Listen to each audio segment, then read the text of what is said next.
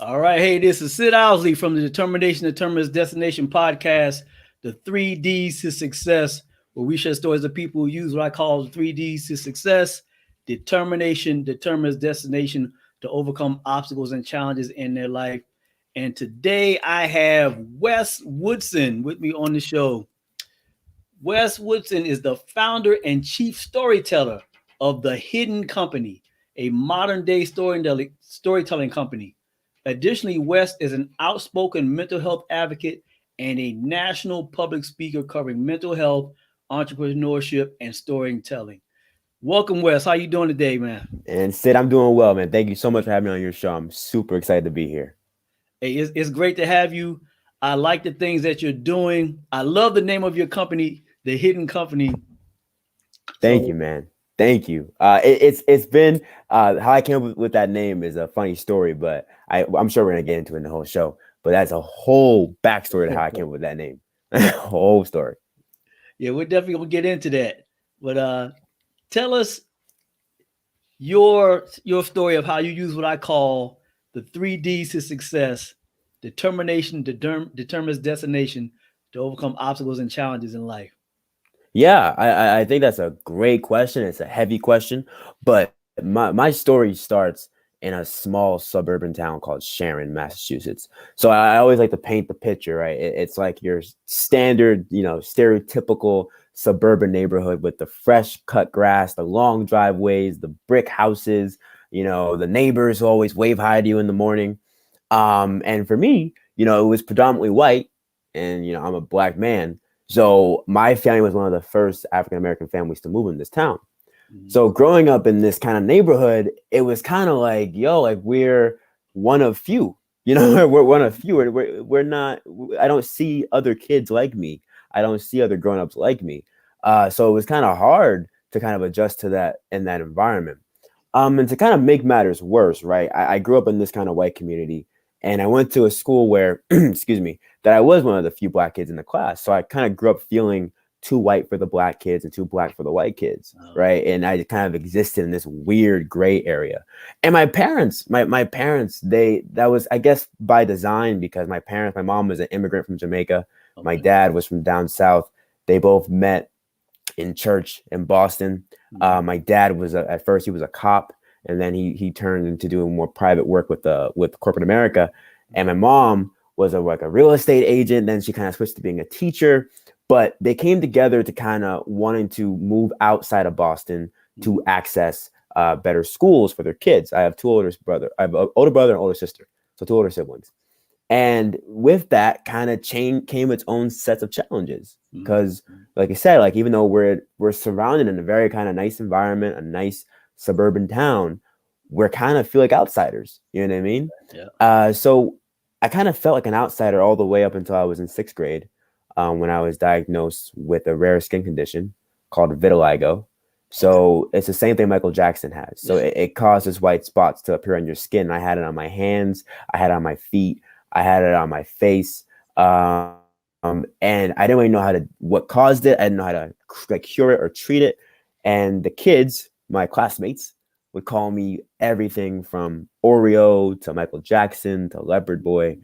and it would lead me to like always hide my hands in my pockets. And I tell you all that because that was kind of my obstacle. That was kind of my obstacle of like, how are you going to learn how to be comfortable within your own skin? And for a long time, I think about 8 years, I would always hide a part of who I was. And it wasn't until I was in high school and I went to this kind of flight camp. I was obsessed with airplanes as a kid. That was kind of how I was escaped. That was like my weird kind of fascination. I was obsessive over like airplanes, whether they were like fighter jets. My uncle was a four-star general in the Air Force. I kind of grew up with the military and like the Air Force all around me. So I was obsessed with airplanes. But I went to this flight camp, and like I said, I was so used to hiding my hands in my pocket that one time in the bathroom washing my hands, and this kid named Eli, he's next to me, and he's next to me washing his hands, and he sees my hands, and I'm like, oh no, he saw the spots. But he's the one who says like, wait, like I think your spots are pretty cool. And for me, that was kind of like the first rap for me. That was the first kind of like new perspective I gained on how to re-see my spots and kind of retell the story in my mind of how I saw my spots. And I went from, that in high school to graduating high school, going to Babson College, the best school in the world for entrepreneurship. I always knew I wanted to start my own business. As a kid, even though I did feel like an outsider, I was kind of using business as a tool to make friends. I would sell candy. I would rent locker spaces in 6th grade. I would literally do anything I could to make a quick buck, but deep down I wanted to make a friend. So that was my bridge of making friends, through selling cool things, to kind of bridge the gap between my spots and being the black kid in the class, and to make friends with these other kids who didn't look like me. So I get to college, and I knew I wanted to stop hiding who I was, right? And on this hoodie, it says "Never hide you," because that's the whole mission statement behind my brand. It is literally not to hide who you are. And I wanted to build something that could help empower other kids to never feel hidden, alone, sad, depressed, anxious. And whether it's merchandise, whether it's speaking, whether it's my first book coming out next month, this mission statement remains true. It is to never hide yourself, to be yourself unapologetically. And I started this storytelling company from scratch. So how I kind of got through it all to this point was believing in myself, changing the story in my head, and having a good support system around me. I hope that answers your question. I hope that answers it. Hey man, it's a beautiful answer. Thank you, man. That's a great story. Your story of how you, like you said, you reframed your story and your situation in your mind from a very helpful and thoughtful comment from a classmate. Yes. That sparked you to reframe things, and now you're helping other people do that. That's an awesome story and awesome journey, man. Yes. Thank you, man. Thank you. And it wasn't a journey I traveled alone, even though I felt like I was alone. Like I said, I had that support system. My mom, my dad, my brother and sister, my close friends. I still have the same friends I have from middle school to in high school too. I keep a very small circle around me, a very close circle around me, that allows me to kind of keep pushing these boundaries that I have against myself. That's great. That's great. That's what you have to do, to keep pushing the boundaries. And someone of your age, like I said, I asked you, before we came on, you're 23 years old, man. I tell you, I'm envious of you. You're getting such a great start in life. Hey man, I'm so happy for you. Thank you, man. Discovered something so early in life to latch on to a mission to latch on to, and using the technology to help other people. Yes. And so tell us about that. Tell us how you've helped other people, the things that you're doing, with your company, with your mission statement. Yeah.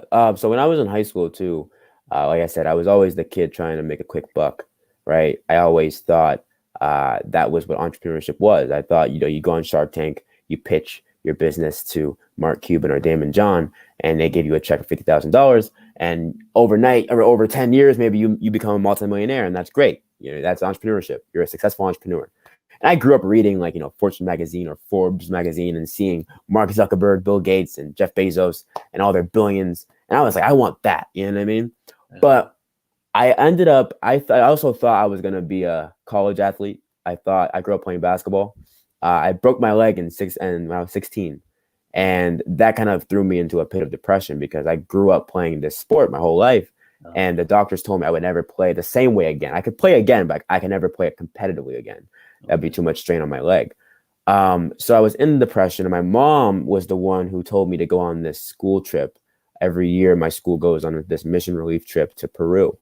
And they ended up building homes for the homeless, feeding the poor. And it's really meant to just kind of detach you from all your privileges here in the United States, and brings you to a third world country to kind of put you in touch with reality, that, there are people who are struggling outside this bubble. You know what I mean? Yeah. And it's meant to really kind of shape you into a young man. I went to all boys Catholic high school. Okay. So anyways, I go on this trip, and I don't know what it was. It was a multitude. It was many different experiences combined into one. But after I came home from that trip, I realized that I wanted to use my love for business to help other people, right? I didn't want to just do it for selfish gain, or making those billions of dollars to appear on the Forbes cover magazine, whatever.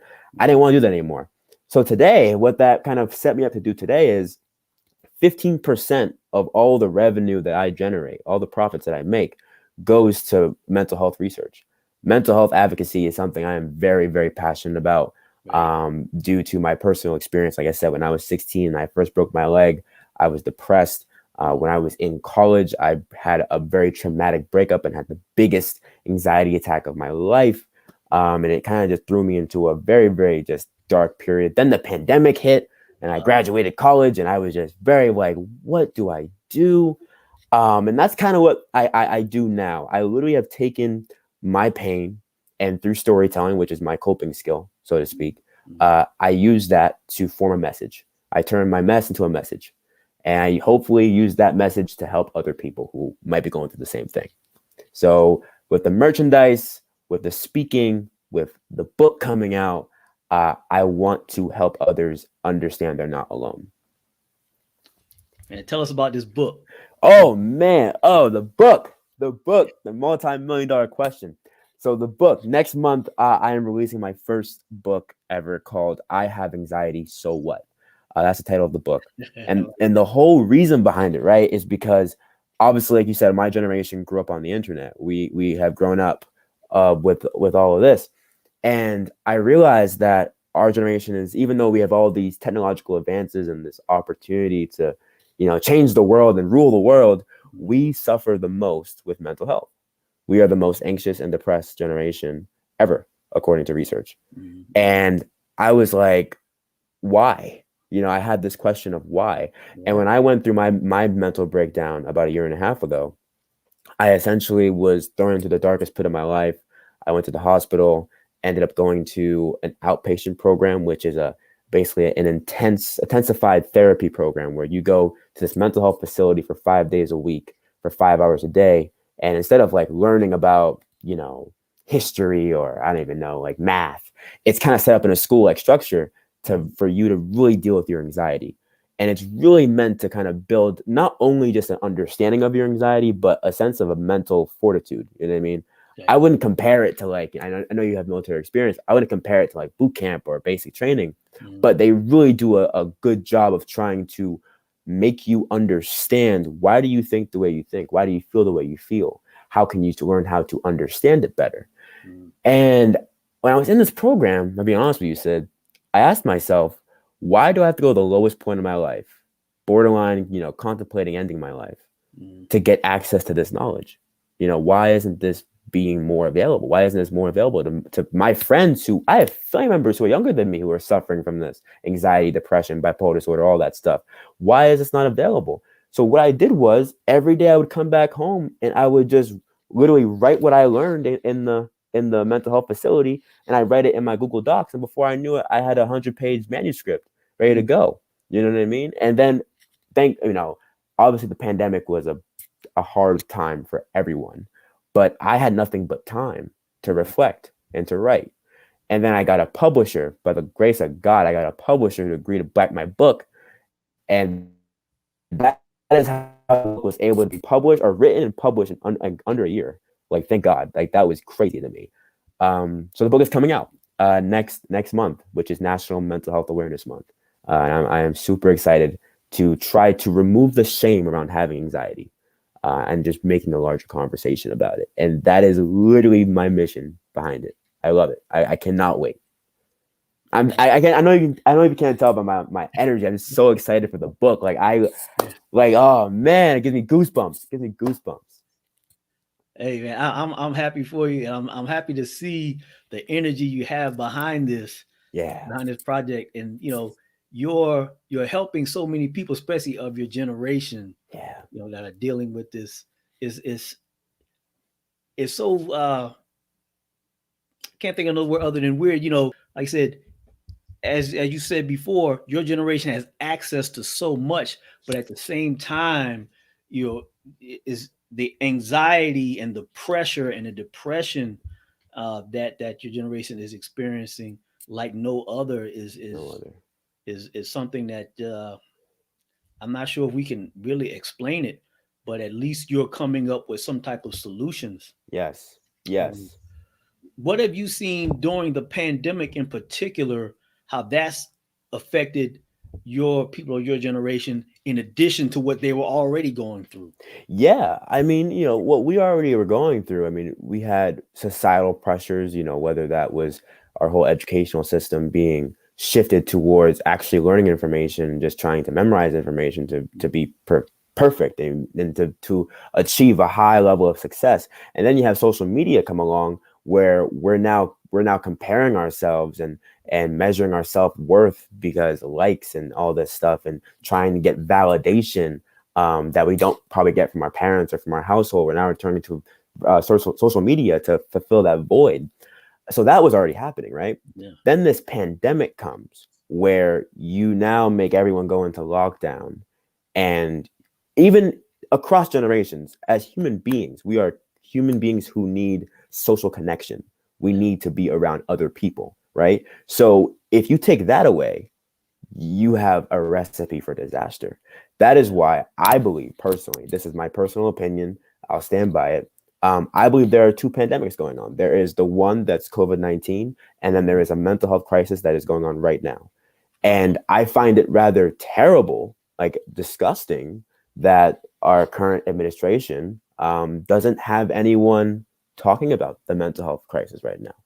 He hasn't made a task force about that. And, that's a whole different conversation. But I think what we're seeing right now is what we're going to see come fall or even in the summer. We're already seeing it. Actually, scratch that. We're already seeing it. There was a call center I read about in California, a suicide prevention call center that had a 300% call increase within the first month of the pandemic. Now, if that doesn't show you, that was a year ago. So I can't even know what it is right now. I don't even know what it is right now. That's crazy to me. That is where we're heading. And the more we don't talk about it, the worse it's going to get. I personally have lost 3 friends to suicide because of this pandemic. So this is outlandish. This is nuts. So someone has to stand up and talk about it. Someone. I mean, you're seeing a lot more artists. You're seeing a lot more politicians. You're seeing a lot more celebrities come out and be more forthcoming about their mental illness and their mental health struggles. But I think we're just scratching the tip of the iceberg, in my personal opinion. And that's what I've seen in the last year. Yeah. So it still seems like it's a taboo subject, the mental health piece. Yes. Yeah. Yeah, it really is. I mean, even in the Black community, right? I mean, I write about that in the book. I mean, Black men, we're not told about therapy. Like what? Like we're told to go seek Jesus or go to sleep. You know what I mean? That's it. That's really it. You're not really told to go to therapy. For me, I was privileged. My mom is a mental health therapist, so therapy wasn't a taboo kind of topic in my household. But I know in other households, even Asian households, it's not. You don't go to therapy. My girlfriend is half Asian, half white, and she sees a therapist. She tells me how hard it is, how hard it was to convince her parents that she needed therapy. You know what I mean? And that's such a hard thing. So the more conversations exist around therapy and mental health, I believe the less of a taboo it becomes. It's awesome, man. It seems like, people like you and, in your generation, you're one of the people in your generation who will help break this taboo, who will, bring this thing more out into the open so that people can get the help that they need. Because like I said, there's a lot of this going on is just still hidden. It's, people don't want to talk about it, man. Exactly. And that's how we circle back to the name of the brand itself. That's why. And my logo, right? I've always been obsessed with logos and branding. But if you think about the FedEx logo, like the shipping company, they have like a hidden message in their logo. It's like between the E and the X, there's an arrow, right? If you can visualize it. So with my logo, I mean, it's not really that hidden, or it's not that kind of subliminal, but it's literally the word "the hidden," and then over the word "hidden" is just the red line crossed out, which just says like we should not hide who we are. We need to talk about these real things, because the more we suffer in silence, the more alone we feel. I mean, that's more kids who are going to turn to suicide to think that's a solution. You know what I mean? And I don't want that. I don't want that. Being one of those kids who was there myself, I don't want that. And if I could do anything, whether that's selling hoodies or, spreading books or going to schools and talk. I mean, in the fall, I'm going to schools around Massachusetts and talking about mental health to start the more conversation in these high schools and these middle schools, because kids need to hear it. And specifically, I am specifically focusing on Black young boys and girls who need to hear it.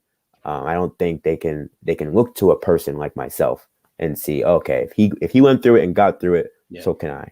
Yeah. And that's what the whole mission is behind everything I do. Yeah, that's definitely needed. Your mission is definitely needed. Thank you. I'm glad that you're on it. Thank you. It blows my mind what you said earlier, that you've lost 3 friends to this.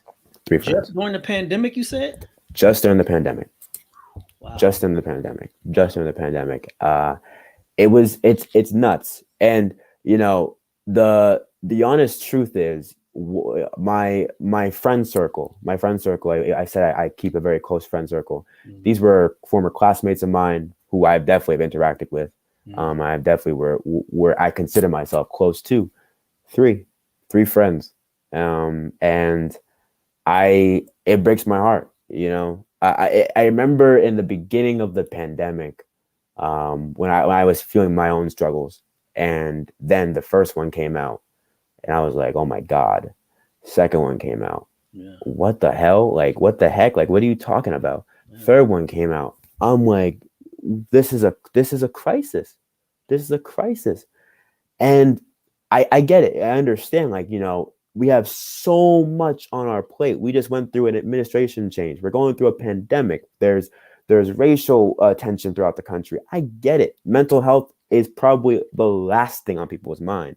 But people fail to realize, if you don't have this right up here, you can't solve any of those other issues. So how does that make sense? So it's just about trying to talk about it more. I think I know, like I said, there's a laundry list of things wrong with this country, or that we're trying to solve, whether that's gun control or race relations with the police, or just student loans, for instance, or the pandemic. But our mental health should matter too. It really should. Yeah. Wes, like you said, you're seeing the things that are happening in the world. People, that are in your age group are seeing these things. And I'm not asking you to try to be a spokesman for everybody in your generation, but what do you think, or how do you think these events, like I said, the political, financial, the student loans, all the stuff that's going on, what do you think? How do you think they're processing this? That the thoughts that are going through their mind, can you articulate that on any level of what you think some of the people in your generation, how they're processing this? Yeah, I mean, I want to use my parents as an example to answer your question. So my parents were my age, right? They were 23, whatever. Let's say there was a war in Vietnam, right? And they could read about it on the news or hear about it on the radio. Even though that was one of the most treacherous wars of all time in history, they could read about it, feel sorry and empathy, right? And just feel sad, but they'll probably go back to their daily life, right? Yeah. And that's fine. Because of social media, right? And this has been scientifically proven. When a school shooting happens in California, and I'm in Boston right now, mm-hmm. There's so much information at our fingertips that now we will have the same level of fear and anxiety as if it happened to us personally. So what that does to our mental psyche is, whoa. It's called vicarious conditioning. I talk about it in the book. Oh yeah. Literally, it's like you can have the same level of, maybe not the exact same amount, but a high level, as if you were actually experiencing that sense of trauma. When Eric Gardner, when I was literally in high school, when that tragedy happened, videos were all over Instagram, and I'm sitting in my classroom crying, and I know it was sad. I was crying as if I was there myself. Wow. And that is what social media does. It's great that it spreads information and it makes information accessible at our fingertips, but the double-edged sword is, it makes information accessible at our fingertips. A 6th grader can see like all of this stuff, You know what I mean? All of this stuff. So what it's doing to us is we're watching it and we don't know how to react because we're having this sense of fear and anguish and just sadness as if we're right there, like live, but we're like 2,000 miles away. So we're kind of confused. We don't understand. We don't know what to do. So it's a very dark and lonely place to be in. And like you said, I don't want to speak on behalf of anyone else, but I definitely, my personal experience, that's how it's definitely felt for me. This past summer when the George Floyd massacre or murder happened for me, I didn't know what to do. You know, I watched that video for 8 minutes and 46 seconds. Like that stays cemented in my mind because I woke up and I had 5 friends send that to me. You know what I mean? And I didn't even have to go turn on CNN for that or any news station. It's in our hands. And when you think about that, and you think about other stuff about, you know, cyberbullying and just hyper comparison, social media is a very dangerous thing. And that's how we kind of process it. We struggle. Yeah. Yeah, you know, I think that a lot of times, you know, those of us in the older generation, we really don't grasp. We really can't grasp, you know, what you guys are going through. Yeah. Because you know, the technology is great, but we never really thought about that because you can access it so easily, and you can access it without your parents around. Yo, yeah. You know, Oh, yeah. back in the day, you know, when incidents happen, usually the parents would see it first. Yeah. Or the child would be with the parents so the parents could help filter that. They could help, you know, give some explanation to it. But like you said, you woke up to the George Floyd incident, five of your friends sent it to you, and you woke up to that. Yeah, I woke up to that. There was no walk to the kitchen, turn the TV. Oh my gosh. No, it was waking up to alerts on your phone. And it wasn't even just friends sending it to me. Now, like you said, you can get news straight to your phone. You can get anything right there. Yeah. And it's all there for you, for your consumption. And I remember last summer, it was everywhere I turned. It was at that point, it was on my phone. It was on the TV. It was on the radio, you know what I mean? And what that does is just, it makes this kind of surrounding effect where I'm not saying you can't escape it, but it's kind of like, you don't even know how to process it. Yeah. You know, you don't have any room or time to process it. It's so infinite. It's so much around you that the processing time is disappeared. It's gone. Wow. You have to look at something and be like, oh my gosh, like, whoa. And I remember also too, the news, the idea of the news, they do kind of censor things, you know, that's not supposed to be for public consumption, right? Yeah. Social media has just taken out that censorship. I remember on Twitter when the insurrection happened at the Capitol, and unfortunately the young lady was shot. The media didn't show that. And I accidentally watched the video that went viral, and I watched a woman die on live TV on my phone. That's ridiculous. Like, and I was like, what do I do with this? What do I do with this? What do I do? And you have like this freezing up, this tension. It's like, oh, like, what was that? This shock value. So that's kind of what we're kind of going through, and it's ridiculous. And that no one else is talking about this. You know what I mean? No one is talking about this. So the more I could be an advocate, that's what I'll do. Yeah, please keep doing that because it's sorely needed, especially during these times. You're on a great mission. Thank you, sir. I'm behind you 100%, man. Thank you, man. Appreciate it. Yeah. Hey, the time has flown, man. We've had a great conversation. Yes. And so I want to make sure that people know how to get in contact with you, where they can get that book, and if there's any speaking events that they can catch you at, just say it all, man. Love it. Okay, word. So you can reach me or contact me on any social media at Wes Woodson. It's my name spelled. You come to my personal website, www.weswoodson.com, to pre-order your copy of I Have Anxiety. So what?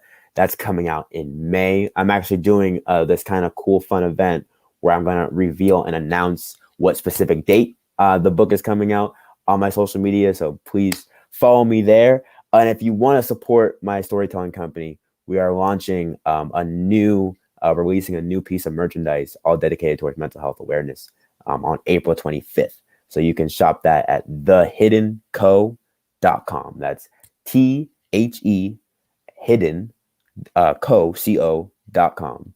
And that will be it. I cannot wait. Cannot wait. Hey man, you're doing an awesome job. And I really encourage anybody that, hears this message and knows anyone that is dealing with mental health issues to contact Wes. Yeah. You know, he can help you. He can, help people get through this and deal with it. So reach out to him. He's doing some great things. And it's been a pleasure having you on, Wes. Thank you, Sid, so much. It was a pleasure being here. I loved your questions, honestly, man. Your first question was a loaded one, but I hope I answered it. And thank you, man. Please keep on doing the good work with inviting people onto your platform and sharing stories for good. I love it. You have a fan over here. Thank you, man. I appreciate it. And I love being able to provide a platform to help people share their stories. And that goes into my little closing. This is Sid Owsley from the Determination Determines Destination podcast, where we help people share stories of using the 3 Ds to success. Determination determines destination to overcome obstacles and challenges in their life. Go to my website, sidowsley.com, to get your free gift. It's a report, something you can put in your hands, download and put in your hands, about aligning your goals with your values, because it's very important that when you set goals, when you start to do things, that they align with the values that you already have, so that you can actually make progress. Also, you can check out this episode on YouTube at my YouTube channel, Sid Owsley, 3 Ds to Success, as well as the podcast episodes are on Shopify. I'm sorry, not Shopify, Spotify. I'll come out with the Shopify store for some merchandise later. Yes, sir. I'll help you with that. I'll help you with that too. I'll talk to you, man. I'm glad you said that. Thank you. Got you. All right, I'm out. You guys have a great weekend.